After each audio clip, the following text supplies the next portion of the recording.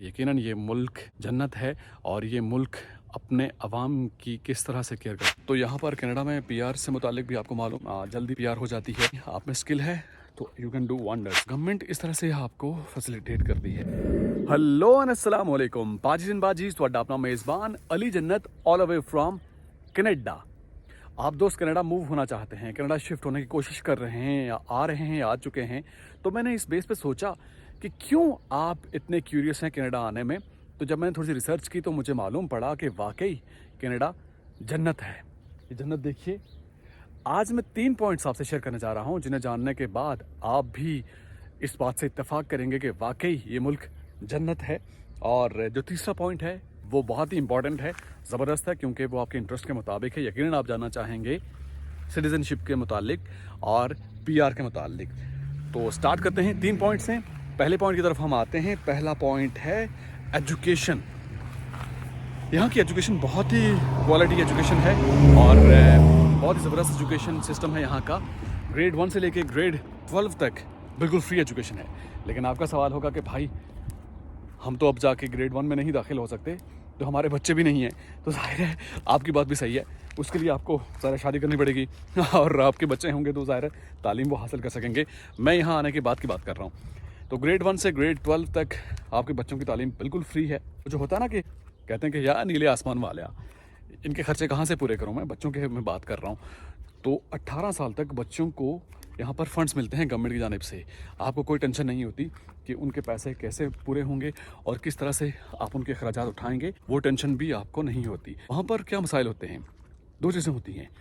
एक तो सारी जमा पूंजी बच्चों की तालीम पे लग जाती है और दूसरा आपके मेडिकल के एक्सपेंसिव्स। आपके वालिदैन अगर बीमार हो गए या हॉस्पिटलाइज हैं तो आपके सारे जो जमा पूंजी है वो इन्हीं चीज़ों पे खर्च हो जाएगी। और या अगर आपके अदालतों के चक्कर लग गए तो आपको ज़मीनें बेचनी पड़ेंगी। क्वालिटी एजुकेशन की मैं बात कर रहा था। एक तो फ्री एजुकेशन है, दूसरा यहाँ पर जो स्टूडेंट आते हैं तालीम हासिल करने के लिए वो क्वालिटी एजुकेशन हासिल करते हैं और वो अगर आगे मज़ीद अपनी एजुकेशन को प्रोलॉन्ग करते हैं, हायर स्टडीज़ की तरफ जाते हैं, पीएचडी की तरफ जाते हैं, तो उनको बहुत ही ज़बरदस्त जॉब मिलती है। अगर उनमें स्किल है, टैलेंट है, तो उनके प्रोफेशन के अकॉर्डिंगली उनके डोमेन में उनको जॉब मिलती है। मल्टी नेशनल कंपनीज़ में, लाइक टोरंटो में, ओटावा में मुख्तलिफ कंपनीज़ हैं, तो उनको उनके प्रोफेशन के अकॉर्डिंगली जॉब मिलती है और उसकी सैलरी में और आप सोच सकते हैं एजुकेशन का स्टैंडर्ड और मयार इतना ज़बरदस्त है यहाँ पे। इसके साथ साथ मैं दूसरे पॉइंट की तरफ आना चाहूँगा जो कि है गवर्नमेंट से मुताल्लिक। यहाँ की गवर्नमेंट बहुत ही फ्रेंडली है और अगर आप बिज़नेस ओरिएंटेड हैं, एंटरप्रेन्योरियल स्किल हैं आपके अंदर, आप बिज़नेस करना चाहते हैं, ज़बरदस्त काम करना चाहते हैं, तो गवर्नमेंट आपको बहुत सपोर्ट करती है, बहुत ज़्यादा सपोर्टिव है। और इसके साथ साथ आपको मौके दिए जाते हैं कि आप अपने बिज़नेस को ग्रो करें। यानी आप में स्किल है तो यू कैन डू वंडर्स। आप किसी भी तरह का बिज़नेस करना चाहते हैं, आप बिज़नेस कर सकते हैं, उसमें ग्रो कर सकते हैं। और फिर बात आ जाती है टैक्सेस की। देखें, इस मुल्क में आप रहते हैं तो आपको टैक्स देना पड़ेगा। एक बात आपको समझनी पड़ेगी कि यहाँ जो टैक्सेस हैं आप प्रोविंस टू प्रोविंस लाइक थोड़ा सा वेरी करते हैं। अल्बर्टा में 5% है, बाकी जो डिफरेंट प्रोविंसेस हैं उनमें भी थोड़ा डिफरेंट हैं, लेकिन आपको टैक्स देना पड़ेगा। ये चीज़ आप समझिएगा कि वहाँ पर आप जो चीज़ लेते हैं लाइक 100 रुपये की आप लेंगे तो उसी में टैक्स इंक्लूड होता है, लेकिन यहाँ पर 100 रुपये की जो चीज़ लेंगे तो वो 100 उसकी कीमत हो गई, तो जो टैक्स है वो टैक्स अलग से होगा। लाइक 100 रुपये की चीज़ आप 105 की लेंगे या 110 की, 115 की या 113 की आप लेंगे इंक्लूडिंग टैक्स। तो वो जो टैक्स का पैसा है वो यहाँ पर वापस लगता हुआ आपको नज़र आता है। वहाँ पे तो ये सिर्फ ऐलानात किए जाते हैं ना, आपके पैसे आप पे खर्च किए जाएंगे। टैक्सेस के हवाले से मैं बात कर रहा हूँ पर्टिकुलरली। तो यहाँ पर जो आप टैक्स दे रहे हैं वो आपको कहाँ नज़र आता है? आपके हेल्थ केयर में, आपकी एजुकेशन फ्री है, आपका मेडिकल फ्री है। आपको अगर इनफैक्ट जॉब नहीं मिल रही तो गवर्नमेंट आपको सपोर्ट करती है, गवर्नमेंट आपको फंड्स देती है, आपको फैसिलिटी प्रोवाइड करती है कि जब तक आपको जॉब मिलती आप गवर्नमेंट से फंड लेकर अपना गुजारा कर सकते हैं। एक तो ये चीज़ है। तो गवर्नमेंट इस तरह से आपको फैसिलिटेट करती है। और अगर आप बिज़नेस करना चाहते हैं तो बिज़नेस में भी आपको बूम मिल सकता है। और चूँकि कनाडा दूसरा बड़ा मुल्क है रशिया के बाद, तो यहाँ पर आबादी तकरीबन 4 करोड़ भी नहीं है, 4 करोड़ के करीब है।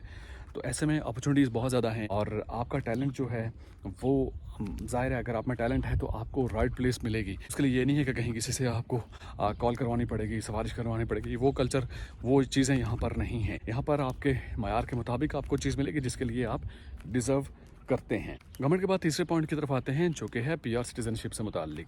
मैं पढ़ रहा था साल 2022 में कैनेडियन गवर्नमेंट ने तकरीबन 4,30,31,000 के करीब इस फिगर को टच किया है पीआर के मामले में।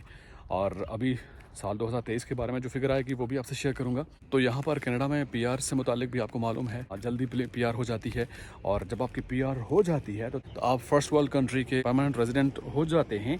तो आप इजीली ट्रैवल कर सकते हैं, आप डच कंट्रीज जा सकते हैं, आप कैरेबियन टेरिटरीज को इजीली एक्सेस कर सकते हैं। अलावा एक और बेनिफिट ये है कि चूँकि अमेरिका ये पड़ोसी मुल्क है, वो वाला पड़ोसी नहीं, यहाँ पे भाइयों जैसा रिलेशन है, बड़ा भाई छोटा भाई उस तरह का ताल्लुक है।